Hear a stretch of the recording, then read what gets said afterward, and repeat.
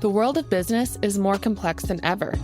The world of human resources and compensation is also getting more complex. Welcome to the HR Data Labs podcast, your direct source for the latest trends from experts inside and outside the world of human resources. Listen as we explore the impact that compensation strategy, data, and people analytics can have on your organization. This podcast is sponsored by Salary.com, your source for data, technology, and consulting for compensation and beyond. Now, here are your hosts, David Turetsky and Dwight Brown. Hello and welcome to the HR Data Labs podcast. I'm your host, David Turetsky, and we are recording live from the HR Technology Conference here in Las Vegas, Nevada at the Mandalay Bay Exposition Center. I have the pleasure or the honor to be speaking to Kathi Enderes. How are you, Kathi? I'm great, David. Thanks for having me. Isn't this an amazing couple of days we've been here? Oh, my God. So much energy, so many vendors. I'm exhausted. Yeah. Well, and what's fascinating about this year is it's just so much bigger. There's so many more products to look at. It's so big. Yeah, it's so big. And, of course, everybody is talking about AI and mentioning AI. And it's very different than last year where it was just a little blimp. And now it's everywhere. The only booth that I've seen that doesn't have AI in it or on it is over there, the Omaha Steaks booth. But next year, I think they're going to have an AI cow. They have the virtual steak. Yes, exactly. The virtual steak that you can eat and then change it to a different one, maybe get a different cut, have it cooked a different way. But no, it's really kind of fascinating. Everybody around here is all AI. It's all AI. Yeah. It's all everywhere. Yeah. Yes. Isn't that crazy? It is crazy. It just took everything by storm. Absolutely. But yet, when I'm talking with some of the buyers, some of the companies, most of them are not ready yet, right? No. Most of them are, like you see the tech vendors go exponentially with all the features and all the functionalities. And meanwhile, the companies are still stuck, right? They're like, well, my IT department is blocking everything, right? We can't use generative AI at all in the company. Right. And so, Well, actually, I've been talking to a lot of people about that being the smart move for now until you create the right risk strategy, the right walled garden strategy, so that our trade seekers aren't walking out the door, our data is not walking out the door, and even the small innocuous questions we might be asking to ChatGPT 4.0 or Gemini or the other Copilot, those questions have your IP address attached to them. They have your company name probably attached to them. You probably use your email address to sign up from your company.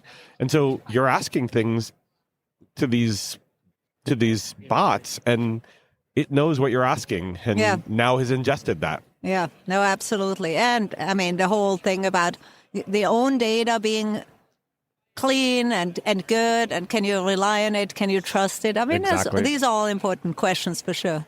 And before I get into this, because this is exactly what I want to talk to you about, and we're going to talk to other things, what's one fun thing that no one knows about Kathi that we can give an update on? Well, one fun thing, and I'm going to embarrass myself a little bit, and I'm just going to say it because it just happened. Okay. A couple of weeks ago, I was here actually in Vegas, too, for the Oracle Cloud World Conference. Sure. And I was walking with my heels to a very nice restaurant over one of these bridges in Vegas, right? Over one of these bridges. Yep. And I was in a little bit of a hurry. And there was one of these grates on the floor, and my stiletto heel got stuck. Oh, my God. And I splattered all on the floor, and this grate fell away, and everybody was looking, all these tourists that were taking pictures, they looked at me, and I was on the floor with my shoe and the grate on the other side. Very embarrassing. Oh, no. Are you okay? I was all fine, but of course, it was so embarrassing. And I told that story, too, to one of our business contacts. And afterwards, from that same company, I met some other people the next day, and they all asked me, "You're the lady with the shoe." And I'm like, God. "Yes, I'm the lady with the shoe." Oh, my God. I'm so sorry, Kathi. So nobody should know this, but some people already know about me. Oh, my gosh. Not very flattering. There are no pictures, so... There's no pictures. I hope none of the tourists took a picture of me on the floor. But nothing happened, so I was happy about that. Well, we're going to use some artificial intelligence and create a picture No, I'm kidding. We're not going to do that. And the shoe didn't even get hurt. Somebody asked me when I told the story, like, the most important question is, how's the shoe? It wouldn't be my first. I would say, how are you first? Well, and but then, you did. You said, are you okay? But no. Shoe is good too. Okay, well, I'm glad both of you have survived that. It's very embarrassing, and I'm glad you're both okay. Oh, my goodness.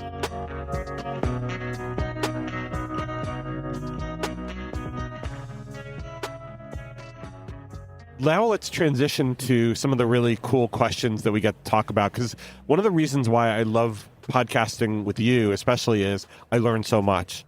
No, I'm serious. So let's get to the first one. The first one's really about the evolution of compensation and what you've seen from a process and a technology perspective. In what you've been thinking about or what you've been researching or talking to clients, where has compensation been? Where do you think it's going? Hey friends, Marnie Robbins here, host of Vibe Makers, a podcast now on the Work Defined Network. Look, we all know workplace culture doesn't come from a slide deck. Gross. It comes from people. So on Vibe Makers, I talk to the folks shaping the experience of work from the inside out. You know, the HR and people ops folk, founders, leaders, and misfits building culture through small bets, big beliefs, and a whole lot of trial and error. No fluff. Well, maybe a little fluff. But mainly just candid talk about what happens when you stop duct taping your culture together. Come check us out. Listen to Vibe Makers wherever you get your podcasts. Well, where it's been in the 1980s. Yes. It's been stuck in the 1980s. Agreed. For the most part. In most companies, they're using spreadsheets. Yes. They're not thinking about transparency, communication. They're not thinking about how can we open it up, how can we tailor it for employees, how can we personalize it. It's behind the curtains, it's behind closed doors, not tech-enabled. Meanwhile, I mean, look around here, all these AI companies here, but hardly any of them are compensation-related, right? They're all talent acquisition, they're all employee experience, learning, whatever it is. Except for salary.com. Except for salary.com, and that's what we are. But, I mean, you're one of the outliers. If you look at all the other ones, obviously, it's not really there yet. It's true. It has been stuck in the 80s, as we said, stuck in very top-down, not very transparent, not very employee-centered at all. Right. Meanwhile, of course, it's the most important thing that you can do for the employee experience, because I guarantee you all the other things won't matter so much if people don't feel they're paid well. Absolutely. It frustrates them. It disengages them. Absolutely. It may not confuse them necessarily, but it'll certainly distract them. It totally distracts them, and it's especially now with inflation and everything, and employees. I mean, I just read a study where I think every other American is living paycheck to paycheck, and even people with six-figure earnings live paycheck to paycheck. Yep. So it's a really big deal. And if they're not living paycheck to paycheck, their one mistake or one illness one accident or something away from it, and or lose their job. That's right. And so we are in an economy that is unforgiving. We're in a time where people are getting laid off left and right. Yes. And the knowledge worker is really kind of, well, it's not unique anymore, and it's what the economy we've been living in.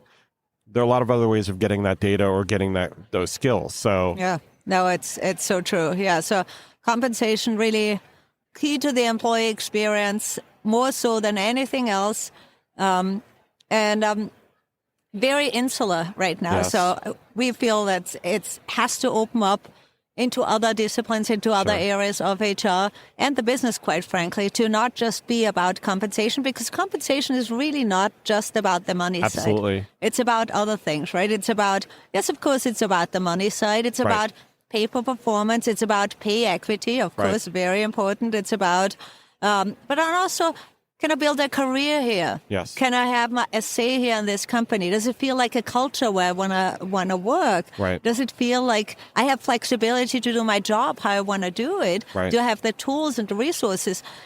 We showed our compensation framework once to a group of total rewards leaders, and some of them said to me, I don't do career, so don't have this on there. I'm like, but an employee doesn't care who does it, right? For them, it's all part of the package. Yeah, not my job is not a good answer for an employee. Exactly, because an employee doesn't understand this, and nor should they, right? They don't understand what compensation and benefits and payroll, and they don't Those are know any all of walls that we've artificially put up between the HR groups, because each of those HR groups needed to have functional alignment, but functional focus.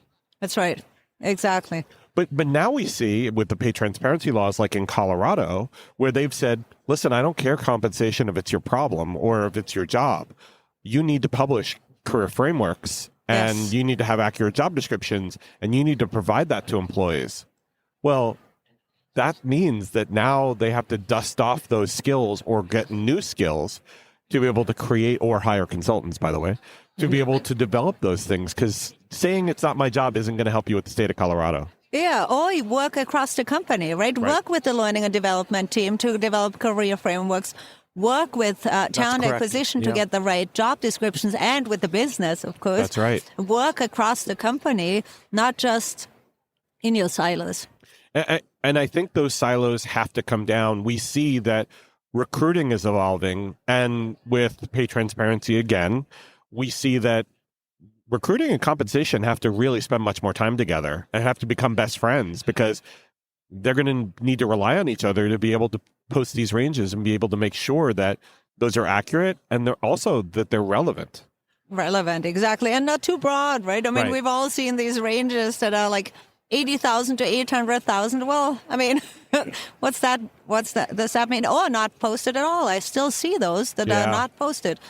Well, and one of the things that I'm talking to companies about, and I've had a lot of conversations with clients about this, is, well, what should our strategy be across the country or actually globally? Globally. Now with the EU's pay transparency regulations, where do I go to take, or do I go each individual municipality or each individual state and do each one separately? No.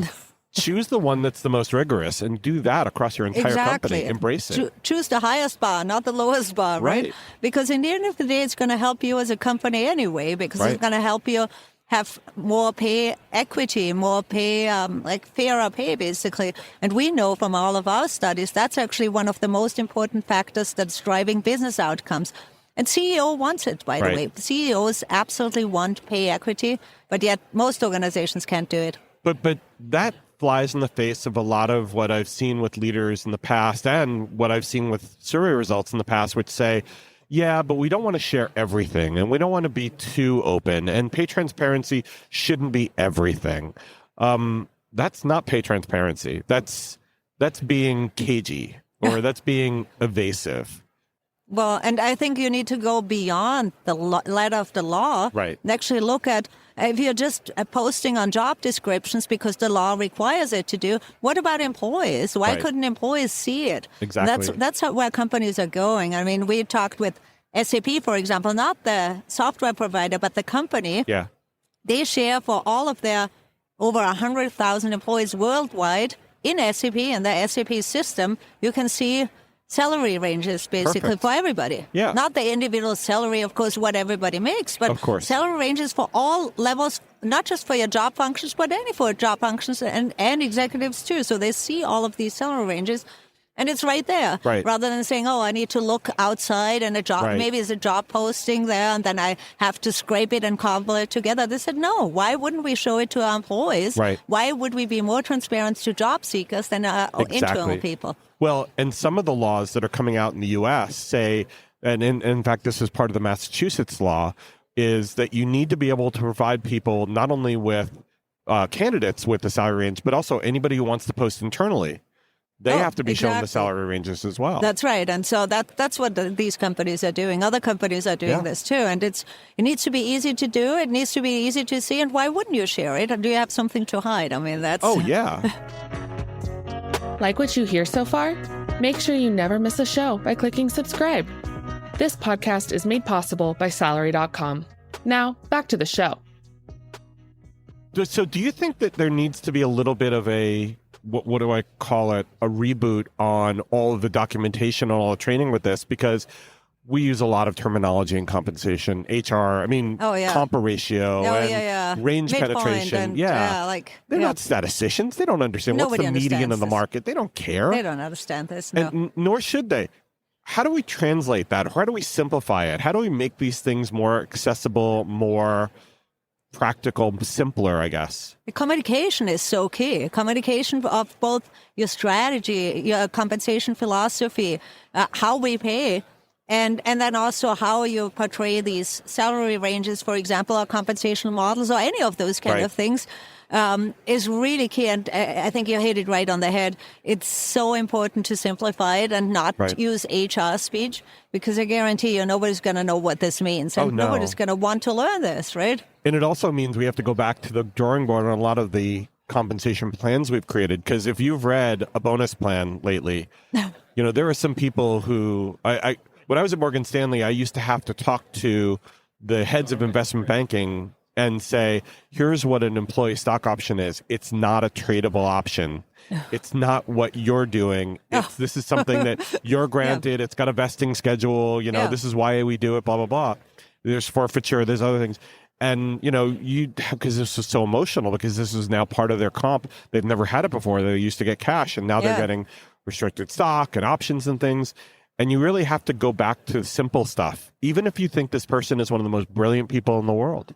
Absolutely, absolutely. And I think that in general, in all areas of HR, is critically important. If we speak our own language, business won't understand it, and you're not going to gain any credibility if you speak about things that the business doesn't care about or doesn't understand. If you talk about, honestly, employee experience is another one. It's such a buzzword, right? And does the business leader really care about employee experience? No, they care about productivity. They care about performance. They care about retention and does my customer actually get that service that they need? And that's all part of employee experience. But if you talk the HR speech, you won't really get to the business results you need to get to. And really, you mentioned it before. These things need to be business processes, not HR processes. Needs to be business. And getting the leadership, getting the CEO, getting the people who run the company to be 100% behind this means we have to get out of our lane. We have to start speaking their language. We have to stop being afraid when the CEO calls. We need to embrace when the CEO calls and say, hey, I can't believe you called. It's so wonderful. Hey, I've got these things to talk to you about. I know. What do you need from me? I'd go a step further. I would say, can we bring these to the CEO to tell them you need to care about this. If they don't care about it today, I need to show you why you need to care about pay equity, for example, because it's critically important for your business. If we're going to do that, do we need to make an ROI? Do we need to make a business case for these things? Or do we just say, listen, this is the law. This is what we have to do? Or, you see what I'm saying? No, I totally see it. I think there's saying it's the law is, of course, the easy way out, right? You could say, oh, well, we can't break the law, so here's the compliance reason. Right. I think that's it always runs the risk that you only do what the law requires, which is usually not what you need to be doing, because really, pay transparency is only a step in the right direction to pay equity, and that's what you really want to have, right? Just because you post your salary ranges, you could still hire all the men at the higher end and all the women at the low end, for example. You still have pay inequities. Yes. So you still need to focus on what do you really want to solve for? Why is it a business imperative for my business? Make that case to the CEO, to the leadership team, because they need to be on board. Because if you want to make it right, absolutely, it's going to require investment.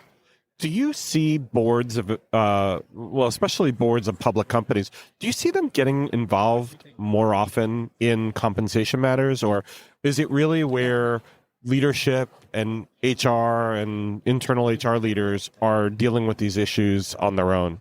I think the boards are getting more and more involved in that because of the regulatory requirements and the landscape and all of that. And so they hear about that. And and by their nature, they always have to govern risk, right? So they need to fend off risks. And so I think that helps us in HR when we then want to go a step further than what the law requires. So if that case is coming from the boards, then you can say, okay, yes, we need to do this absolutely, but we also need to do all these other things to make sure that the pay is not just transparent, but it's also equitable and fair and consistently embedded in all the processes that we have. And you mentioned it too, embedding and recruiting, of course, making sure that also all the recruiting processes are unbiased, that you mitigate bias there, but then also you think about promotions, you think about performance management, you think about career opportunities, you think about learning opportunities, all succession planning, on and on and on. All of these need to be even location decisions in a way, right? Sure. You can think through all of the business decisions and think about them from an equity lens. And everything that you just mentioned needs to be documented in ways that people can reach out, find them, and be able to understand them, because they're making their own personal decisions too. Right. Yes. So whether it's decisions about their career, where they're living, how they're going to drive their careers. Do you see any move to having these things being posted on intranets, or is it a manager gets it, manager communicates? Are we using manager as the fulcrum here, or are we doing something different? Is there a different technology that we should be using?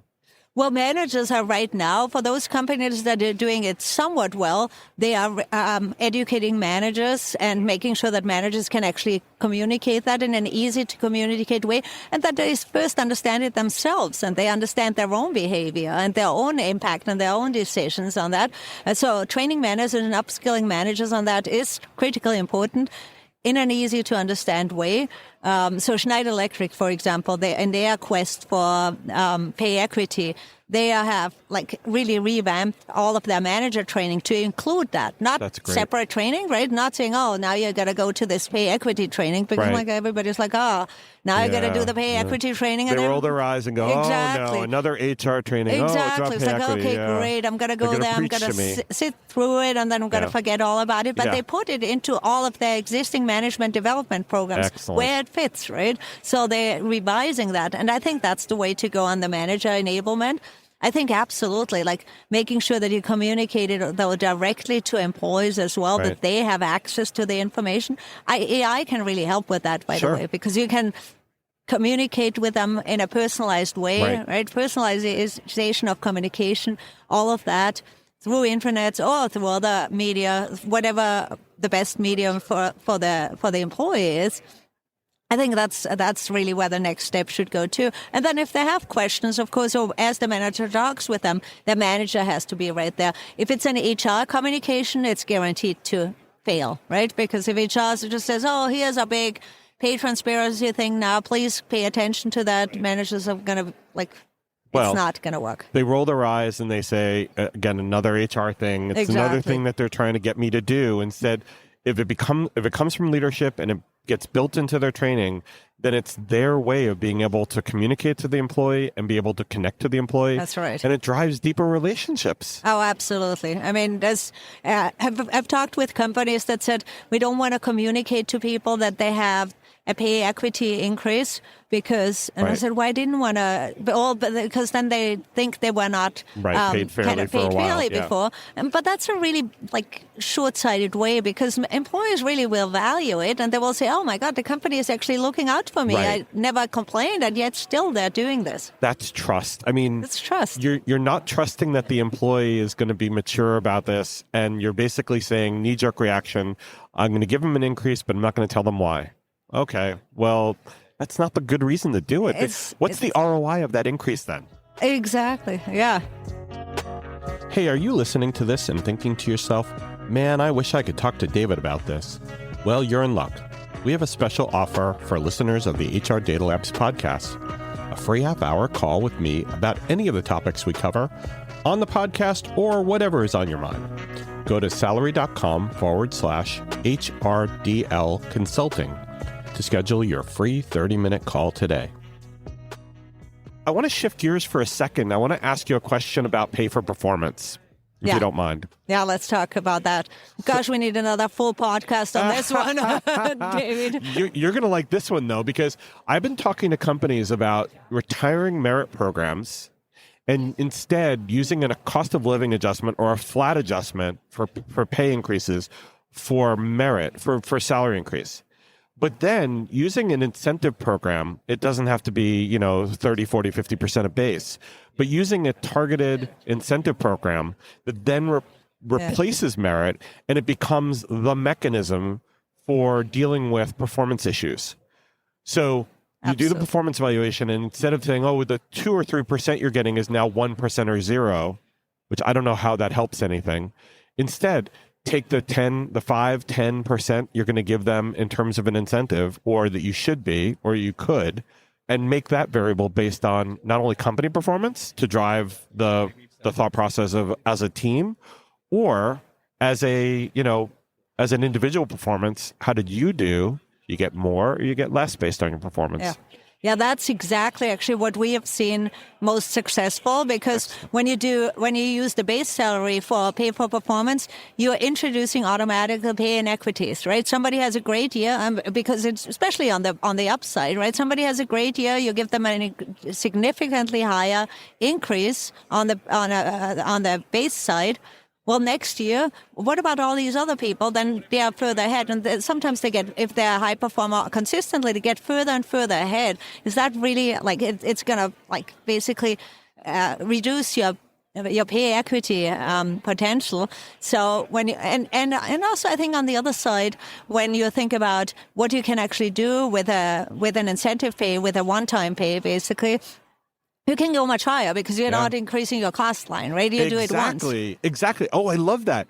So what you're saying is that I can pay for the great performance within a year, and that stays within that year. Exactly. But next year, we're all reset. We start again, because who knows? Because just because you had a great year one year, right, it doesn't mean you should indefinitely get more and more compensated. And from a company perspective, of course, you carry that load, right? That's right. Carry it forward versus when you pay it once. Exactly. You pay it once, and that way you can make it bigger, because guarantee, I see this so many times. Employees don't like it either. They talk with each other, right? And somebody got a 5% increase, somebody get a 5.2% increase, and they're like, why did they get more than me? And it usually it's a few $100s, right? So it's not even big money, but it gets so hung up on the actual increase percentage. Why not make it dependent on market, right? Market condition, cost of living, whatever, right? Make it dependent on the market, how the market has moved for those jobs. So make it a market increase, not a merit increase. And the merit is the bonus. It's the incentive, but pay for performance. Yeah. We're so aligned on this. It's totally the same way. But I love your thought process around how I can pay those jobs now more similarly, because we're not introducing another difference in pay. The pay can stay similar, can stay the same, actually. Exactly. In terms of the proportion of pay to each person in that job, because now I'm not introducing yet another factor into it. Merit's taken out of that completely. Exactly. And I think it simplifies the process too, and could allow organizations to actually maybe do more frequent pay increases or bonus, because business doesn't happen annually, right? But business happens really on a quarterly basis, but yet pay only happens on an annual basis. That's kind of also not working how the business works. We also have distinctions in administrative or non-exempt or support or manufacturing jobs where we say these are going to be on step rates and these other ones are going to be, once a year, but they're not getting merit. They're just getting cost of living. Now, if you're doing it across all of your levels, across all the different types of jobs in a similar way, now there's no artificial distinction. That's right. Exactly. There's really no difference between a professional and a non-exempt when it comes to a merit increase. Yeah. Why would you? Why would you do it differently? It's just, going back to your point before about we live in the 80s. Oh, exactly. It's like we've always done it like this. Yes. When you ask companies, why do you do it like this? Well, this is our compensation process. This is how we've always done it. But employees have moved on, right? Employee expectations have moved on. Technology has moved on. Yeah. Businesses are changing rapidly, but yet this is still static and kind of, It's disappointing. I mean, I've been doing compensation for 35 years. We still hold on to some of the old precepts because this is what's worked, and this is what's always. I mean, it hasn't always worked, but this is what we know. This is what we know. That's it. Exactly. This is what we know. I mean, other than salary.com, because there's a lot of innovation there, but because that's my boss. But other than that, there's very little innovation that's been happening in the world. I'm sure you've seen this, but I get RFPs now that are looking for job evaluation, point factor job evaluation. I did point factor job evaluation when I graduated from college in 1989, and And we used to do replication. We used to do regression analysis to figure out job points, the know-how, skills, and abilities and working conditions. Yeah. Kathi, it's still happening. It's still happening. And I mean, if you look at all the grading systems and job bands and all of that, it's still the same that we've done for the last 40, 50 years. But when you think what was in place in 1989, we didn't have smartphones, we didn't have phones, cell phones even. We didn't have the internet, we didn't have AI, we didn't all of this. The world was completely different. It was. I mean, we barely had computers on every desk. Oh, barely. Fact, when I went desktops, right? There weren't any desktops. Yeah. I went to interview for one auto manufacturing company, and they said, "Well, here's the HR computer. It's in the middle of the floor. If you need it, you can borrow it for that time." I said, "I've been using computers at college now for 4 years, and before that on my own. Why can't I have one on my desk?" Well, that's kind of selfish. Everybody shares this one. Was too expensive, right? That's why you couldn't have it, because you couldn't afford it. But they also didn't have that ROI as to what why could would you people need do. one? Right, yeah, why would you need one? You're an HR person, right? Why do you need one? They hadn't gotten to that level. Yeah. So that's what I'm saying is that, to your point, the innovation cycles that we're in right now, the technology's here. I mean, we're at the HR tech. It's starting to happen. And we're starting to drive there. Because when you think about what could be possible with AI, I mean, you could personalize completely the pay, benefits, all of that. Not just the statement, but let people, for example, tailor. This year, I want to have maybe more bonus at stake, because this year maybe I don't have a big mortgage or whatever. And next year, I want to have a much more less at stake thing, all of those kind of things you could let people tailor. Well, but then the problem with that is then there's that constructive receipt. And so now we have to deal with the election. That has to be an election in the year prior. Remember the whole thing about qualified plans are, if I make, you can do deferrals of your base salary into bonus or bonus into your 401k or whatever, but you can't do it in the year it happens. It has to be the year before. Well, and then it doesn't really make sense, right? Because it's not flexible enough. But that's the government not keeping up with technology. Yeah, I mean, that's always the case. I know we talked about how tech companies are ahead of organizations, and the government is even slower, to adopt. So, I mean, that's a whole different we can actually have another podcast on that completely. On that too, and on pay for performance, we could talk about another few hours too, because lots of opportunities. I mean, performance management is such a big topic. Oh my gosh. Continues to be a big topic all the time. So all the time. It's it's never going away. Nobody gets it right anytime.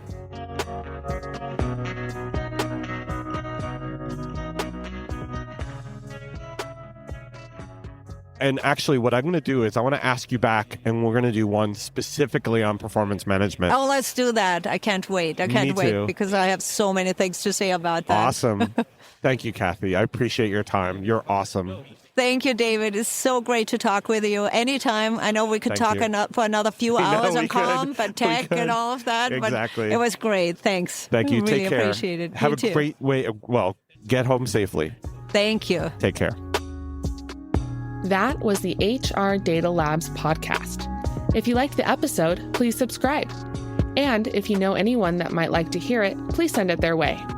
Thank you for joining us this week, and stay tuned for our next episode. Stay safe.